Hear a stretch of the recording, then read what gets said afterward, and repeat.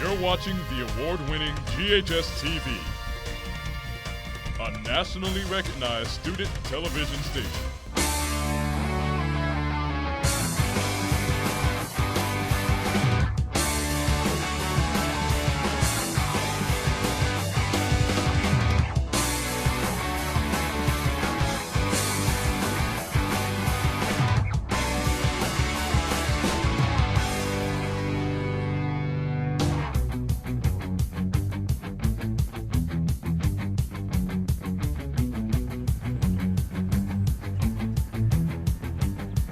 Hello, and welcome to this week's edition of GHS-TV's award-winning talk show, Crosstalk. I'm your host, Jamaia Chase. This time of year, it is important to discuss pivotal achievements in African American history and the people behind them. Here in Henning, Tennessee, is where the Alex Haley Museum, where the young Alex Haley wrote his prize-winning novel, Roots. The small house was built as a museum featuring all of Haley's work, his childhood memorabilia, and references to those who inspired him to write this book. The program is under an agreement with the Tennessee Department of Environment and Conservation and the Tennessee Historical Commission. I sat down with Richard Griffin, site manager of the Alex Haley Museum, about the impact Alex Haley has had on the community.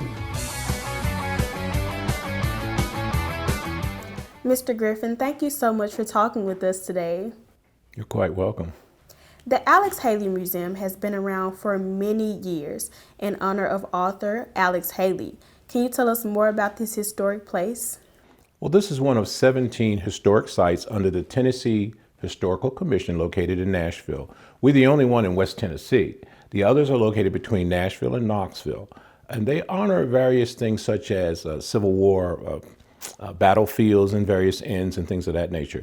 This, however, is the only site honoring an African American.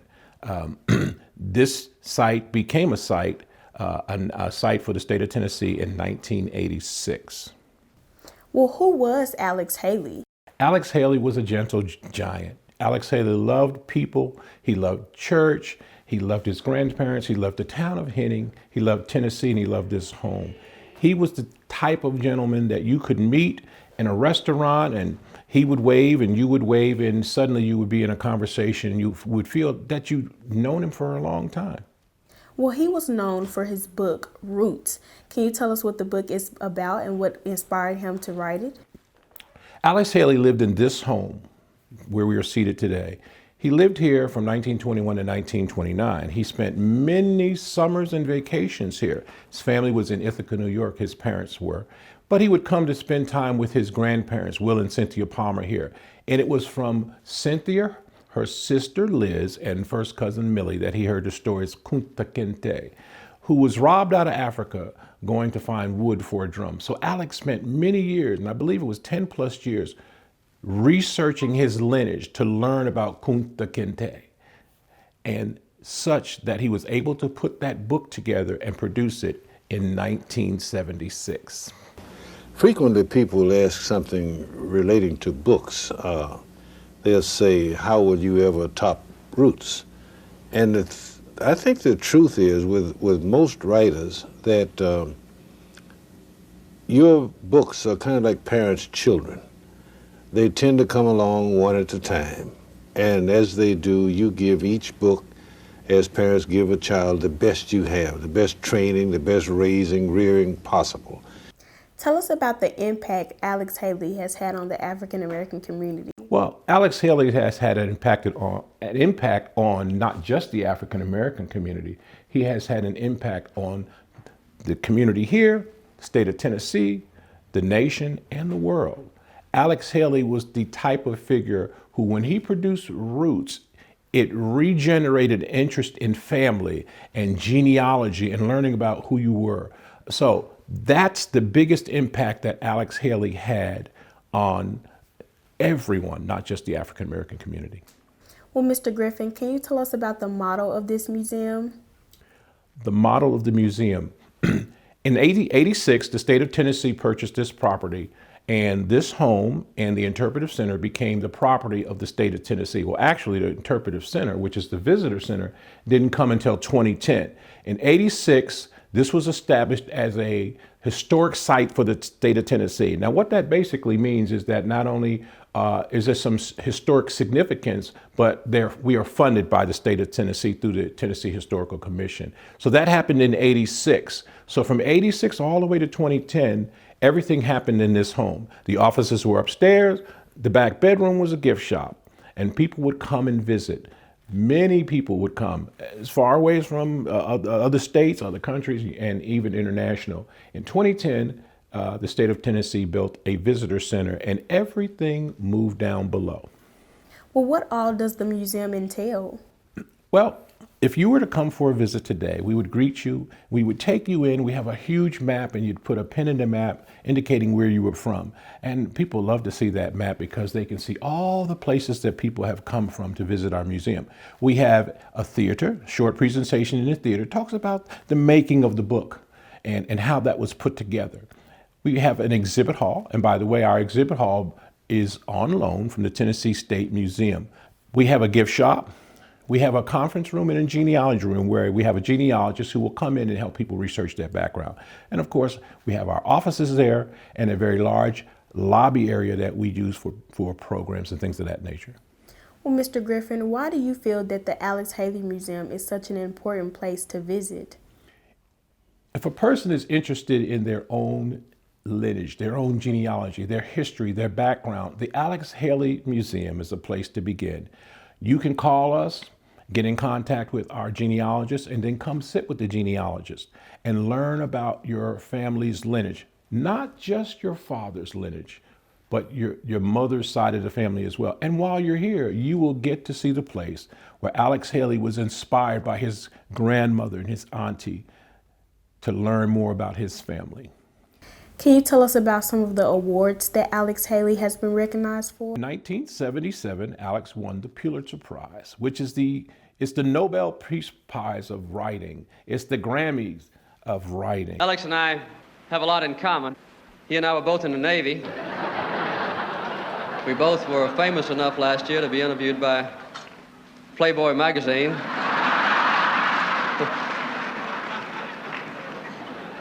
We both wrote a book.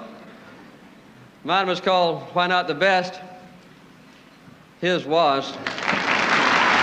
He won that award, and it was a great honor for Alex at that time. He also was honored when the miniseries, which came out in 1977, won 8 Emmys. Well, Alex Haley has interviewed some inspiring African American people. Can you tell us about those people he interviewed? Well, let me tell you about the one that I know that really stands out. Alex Haley has interviewed many people because as he was writing, and by the way, he was in the Coast Guard for 20 years, and he did most of his writing while in the Coast Guard. As a matter of fact, Alex says he enjoyed writing most when he was on water. He wrote for Reader's Digest, he wrote for the Playboy magazine, and he also did probably the most important interview of his life. He interviewed Malcolm X. Malcolm X had to be sure he could trust Alex with information. It took time for Alex to gain that trust. Malcolm X called Alex Haley up about 4 a.m. one morning, and he said, "Alex, this is Malcolm. I trust you 70%," and hung up. So they had a great relationship, and the book is still available. How has the Alex Haley Museum evolved over the years?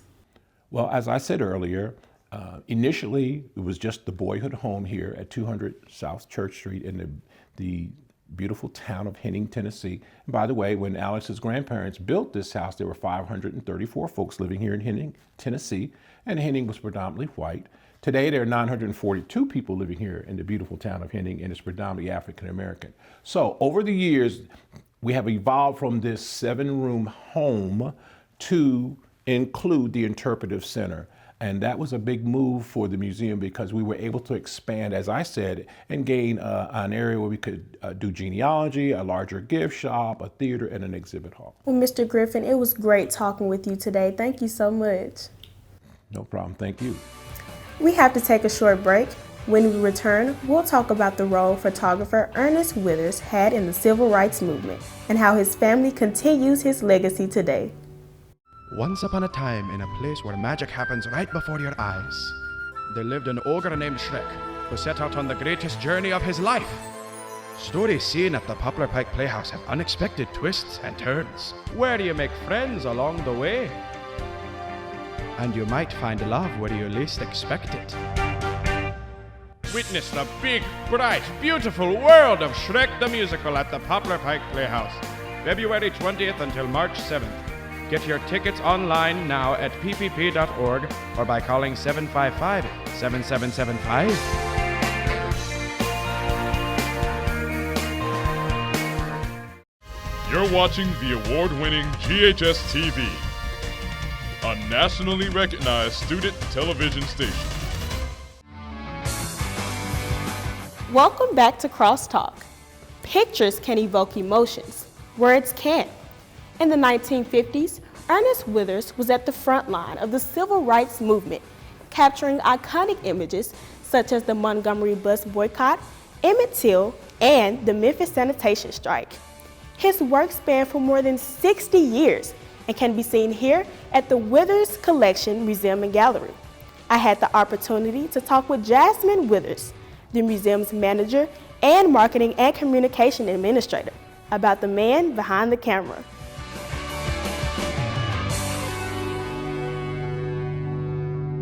Ms. Withers, thank you so much for talking with us today. Thank you for having me. It's such an honor to be interviewed by such great young people. Ernest Withers was known for his great work as a photojournalist, but what was he like when he wasn't behind a camera? First and foremost, my great-grandfather was a family man. He had so many kids. He came from a big family himself, raised by his father, and was close to his siblings. And once he married my great-grandmother Dorothy and they started having children, that was his focus, to make sure that he could provide for them and that he was always there for them. So he got all of the boys involved in photography, had them coming to his studio whenever he could. And Rosalind was right along with the boys, you know, following her dad around the city. So he always made sure that they were close by, even when he was working. Well, how did he get involved with photography? When he was a young boy, his sister bought her boyfriend a camera. And at the time, of course, you know, in early 30s, 40s, cameras are just toys, you know. People didn't really see photography as something that you could do as a job. It was more of a hobby. And his sister's boyfriend didn't want the camera and gave it to Ernest. So he took it to school. And that was his first experience with photography, and he fell in love. He wasn't shy about it at all, and he just took the bull by the horns, and now we have all of this beautiful history. Well, as I mentioned before, Mr. Withers captured so many great memories of the civil rights movement. Can you tell us about some of those historic events? So his experience with the civil rights movement really started because he was a freelance photojournalist and was asked to cover the Emmett Till trial. He was asked by the Chicago Defender, who has a branch here in Memphis. It's now called Tri-State Defender.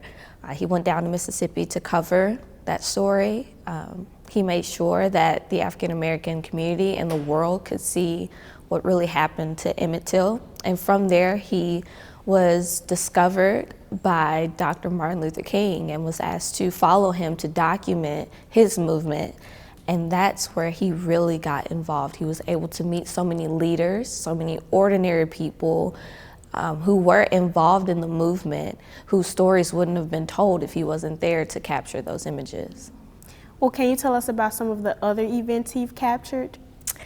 Yes.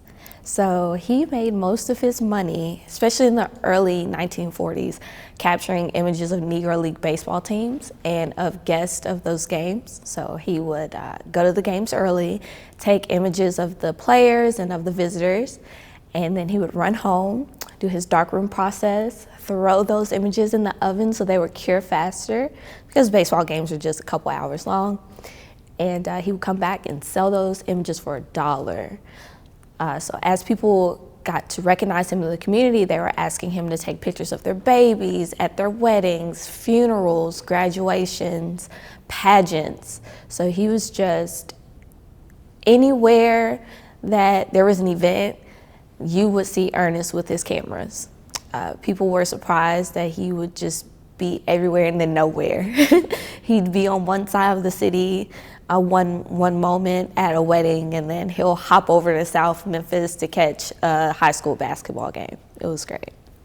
Well, in 2013, the FBI released documents pertaining to Ernest Withers, and he was accused of being an FBI informant. What were the reactions after those documents were released? There were many reactions from those who saw Ernest, saw my great-grandfather for who he really was as a community man, as someone who really cared about the movement and about the African-American community. And I actually was able to speak with Ambassador Andrew Young a few years ago. And he told me that, you know, great-granddad was very intentional about not being in rooms where huge decisions were being made. His job was to document, but he was also a freelance photographer.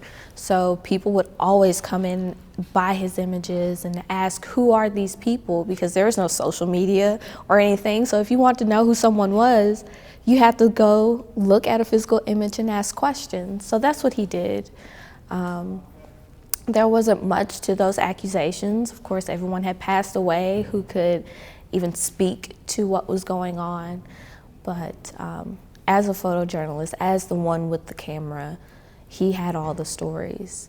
So people would ask, and he always answered. Well, can you tell us the history of the museum itself? So 333 Bill Street is actually the location of his last working studio space. So we walked through very quickly, but we walked through the museum in the studio lounge. The back room was his last working studio space. This building was occupied by different, small businesses. And in 2011, Rosalind, my great aunt, said that she was going to open this museum and gallery to share all of these works. And we are occupying all but one suite of 333 Bill. And we opened our doors, like I said, in 2011, and we've been expanding our programming and digitizing the work ever since. Well, Ms. Withers, it was a pleasure talking with you today about Ernest Withers. Thank you so much. Thank you. We have to take a short break. When we come back, we'll discuss how WDIA Radio station has had a huge impact on the city of Memphis. We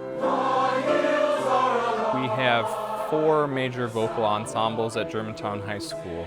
There's a large chorale with about 50 to 60 students, a women's chorus, our chamber choir, which is an elite ensemble of 18 singers, and a contemporary a cappella group, which is about 16 singers.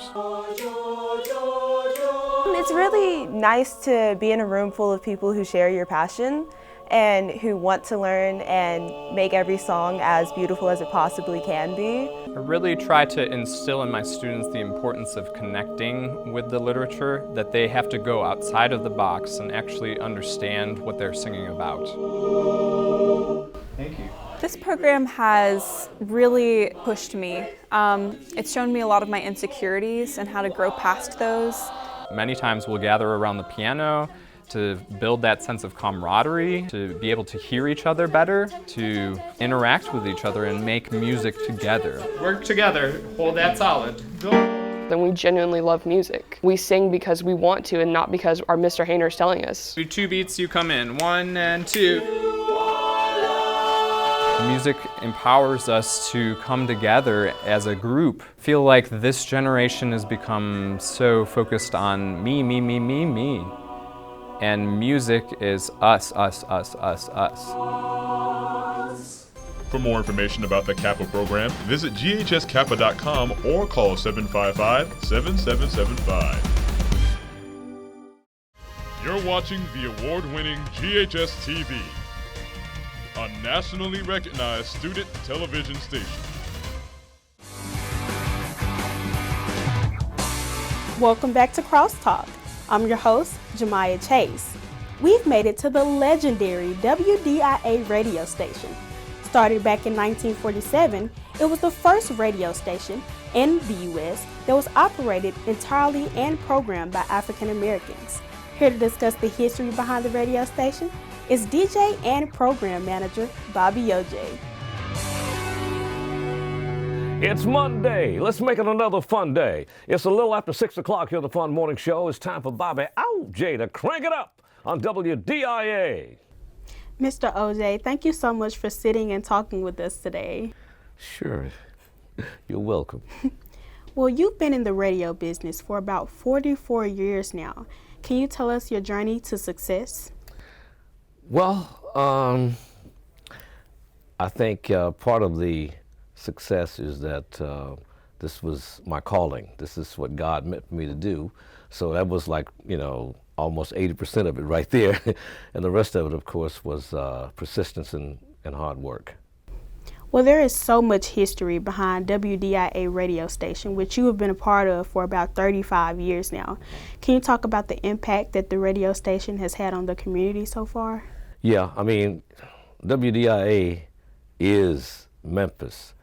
When this radio station went on the air back in 1948, it was the only radio station for black people in this part of the country. And it made such an impact. I grew up listening to this radio station. So, the things that the radio station did back in the late 50s and 60s, I still try to incorporate some of those things today from a community standpoint. If people want to know something that's going on in the community, if they want to talk about something that's going on in the community, they know they can call WDIA and talk about it. Well, WDIA was the first station in America, as you mentioned, to be operated by African Americans. So how does it feel to be a part of that? It's unbelievable, really. I never thought about working at WDIA. I had worked at stations in Houston, Dallas, Chicago, and Milwaukee, and other places. And I didn't even apply for the job at WDIA. Someone I had worked for in Chicago offered me the job. And that's how I got the job, because I thought I was never good enough to work at WDIA because, it was bigger than life to me. I grew up listening to it. Well, as of now, you are the program manager and the DJ. So Can you tell us about some of the work you do on a daily basis? Well, I come in the morning, I do the morning show. I've been doing the morning show now since 1983, so this is my 37th year. I come in, I do my morning show from 6 to 10, and after that, I make sure that the music is proper for the radio station. If I have to do any meetings with the sales people or with the promotions department, I'll do that. But that's mainly it. I want to make sure that the music is flowing properly. It's a pretty interesting job. Well, you've witnessed some work with some outstanding African American people. Can you talk about those experiences you had with them? Yeah, when I came here in 1983, some of the people that I grew up listening to were still working here. As a matter of fact, A.C. Muha Williams was still here when I came here, and as a kid, that's who I listened to every morning before school. And then there was Fort Nelson, who was that I listened to as a kid. He was still here up until about maybe 10 years ago.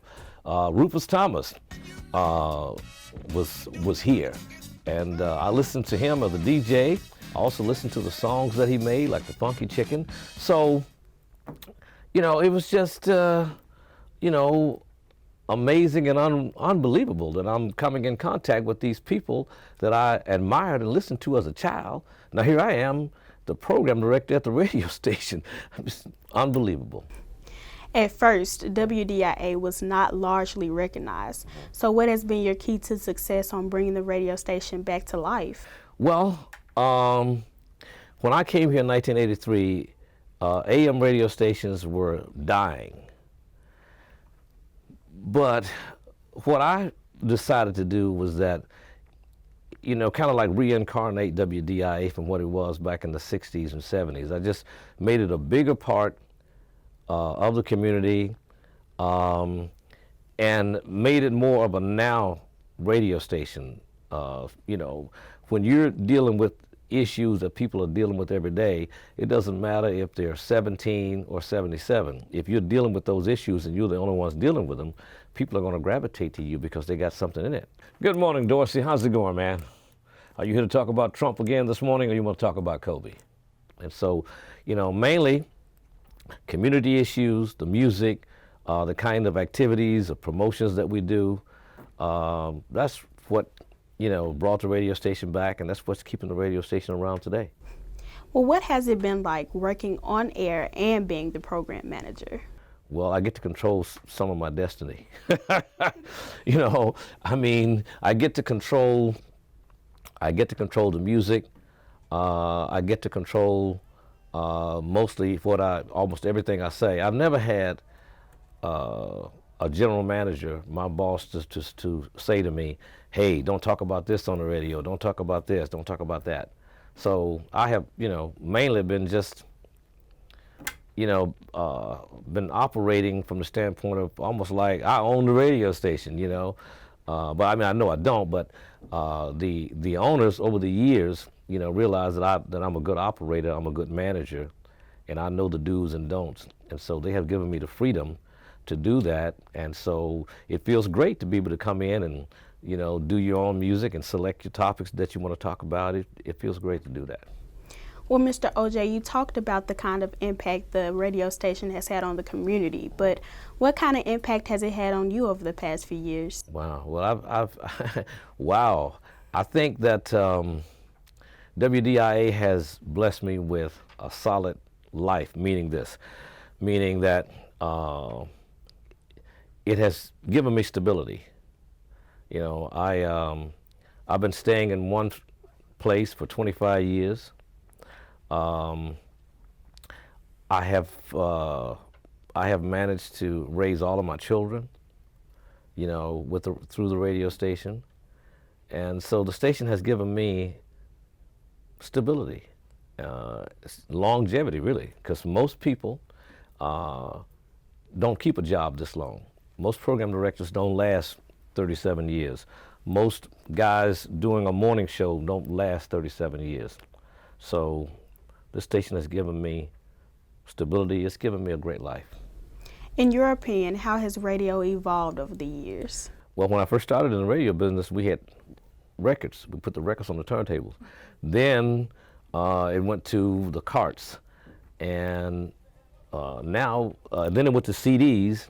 Now everything is done through a music database. So, and from a personality standpoint, it has evolved from the standpoint of putting one guy in a room, and he's able to talk to millions of people across the country, and through radio syndication, which has put a lot of local radio DJs out of work in almost in every city in America.